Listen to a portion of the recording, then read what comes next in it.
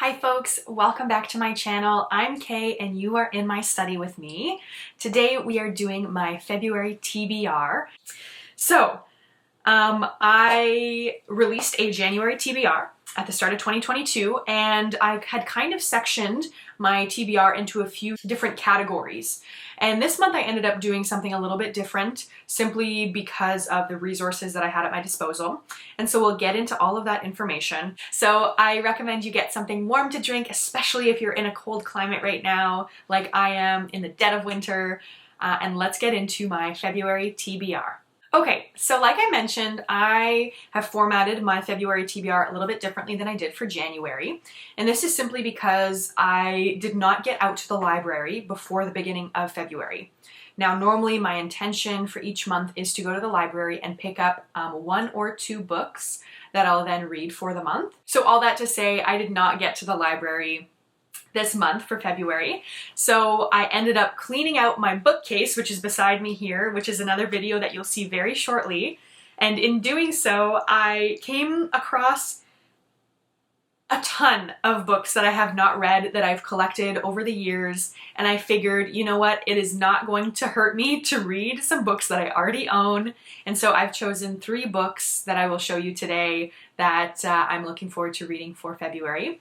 So I always find I kind of gravitate towards having a singular book that's kind of the main focus of my month. Last month it was The 7 Husbands of Evelyn Hugo by Taylor Jenkins Reid. And this month I have chosen The Joy Luck Club by Amy Tan. This book originally came out in 1989. There's a movie based on it. I've never seen the movie, so I am looking forward to reading the book before the movie depiction of the book. But I will read you the back so you get an idea of what's going on. It says, in 1949, 4 Chinese women, recent immigrants to San Francisco, begin meeting to eat dim sum, play mahjong, and talk. United in shared unspeakable loss and hope, they call themselves the Joy Luck Club.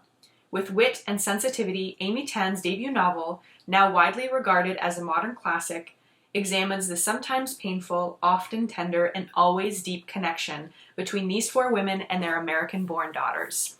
So definitely a book I'm looking forward to reading. I'm not really going into it with any expectations. I have not recently heard of anybody reading this. I did not look up the reviews on Goodreads, so I'm kind of going into this blind. The description itself gives me some chills. I definitely feel like February is often a month that I want to gravitate towards romance type books. However, this time around, I'm feeling like I'm gravitating less towards romantic relationships and more towards friendships, deep bonded, rooted connections with friends. And so you'll notice there is another book in my TBR that is also similar to this in terms of a deep friendship type connection. So this is the first book that I'll be reading and I'm really looking forward to starting it. Next on my list, I chose this book because I actually totally forgot that I had it, and I thought that it was really fitting based on what happened to the author in January of this year. And so my second book that I've chosen is You Are Here by Thich Nhat Hahn. Thich Nhat Hahn has actually passed away January 22nd, 2022. And he died at the ripe old age of 95 years old. He is often credited as one of the masters of Buddhism and bringing Buddhism over to the West. He's up there with the Dalai Lama, to give you a little bit of context. And I have never read any of his works. I've had this book on my bookshelf for years. I went through a sort of awakening when I was 15 or 16 years old. I was very interested in yogic teachings, rooted in Buddhism, in Hinduism, and so I had collected a few works by Pema Chodron, and then obviously Thich Nhat Hahn, and a few others. And so I didn't read all of them when I initially purchased them all those years ago. And over the years, I had tried to pick up these kinds of books here and there, these very deeply spiritual, mindful type books. And they just weren't resonating with me at the time when I was picking them up. But when I saw that this book was still on my need to be read list, I definitely felt a pull towards it. First of all, the length of it, very, very appealing, but also the fact that I have just felt like I've lost this kind of present moment connection with my body and my mind. Specifically, I've been super like hyper focused on my physical appearance. I've been really worried about how other people see me based on how I look physically, like my body shape, based on just all of the characteristics that are so present in everyday life as to what makes a person beautiful. I've just been super like hyper aware of that for myself, and I have felt like I've kind of I just have not loved myself based on what physical attributes are considered lovable in mainstream media. So anyways, all that to say, I've just really felt I felt very disconnected from just loving my body and knowing that it is simply a vessel to carry my soul, which is the coolest part of me. But it's also important to keep it healthy and strong in order to facilitate that soul life. And so I figured that this book would be a good reminder and a good kind of, it'll help me kind of bring myself back into the present moment a little bit more and to acknowledge that, you know, mainstream media is bullshit and that I am beautiful in exactly who I am and where I am, and as long as I am breathing and I acknowledge I'm breathing, then I am alive. I'll read you the back quickly. It says, Thich Nhat Hahn, the renowned Zen monk, author, and meditation master, distills the essence of Buddhist thought and practice, emphasizing the power of mindfulness to transform our lives.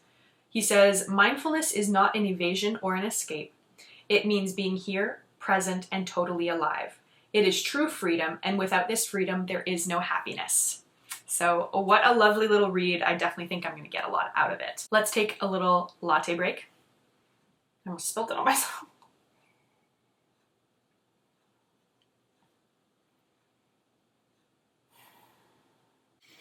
Okay. The final book that I've pulled off my own bookcase is from an author that I have only read one of her other books. I've chosen to read The Giver of Stars by Jojo Moyes. I read Me Before You by Jojo.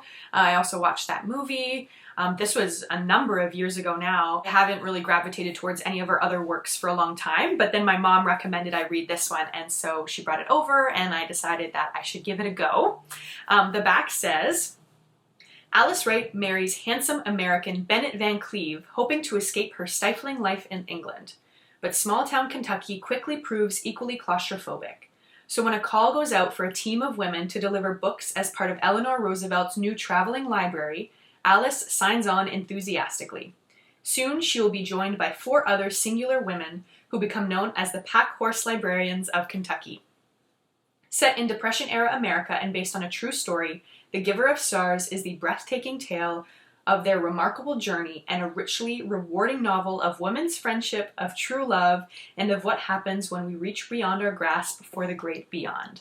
So, like you can see, we're kind of connected with the Joy Luck Club, another kind of like deep friendship type bond, kind of that kind of trope in the book, and I'm really looking forward to reading that as well. Those are all the books that I have on my bookshelf ready to go. I am so excited to read them as soon as February 1st comes around, which by the time this video is coming out will have already been a day.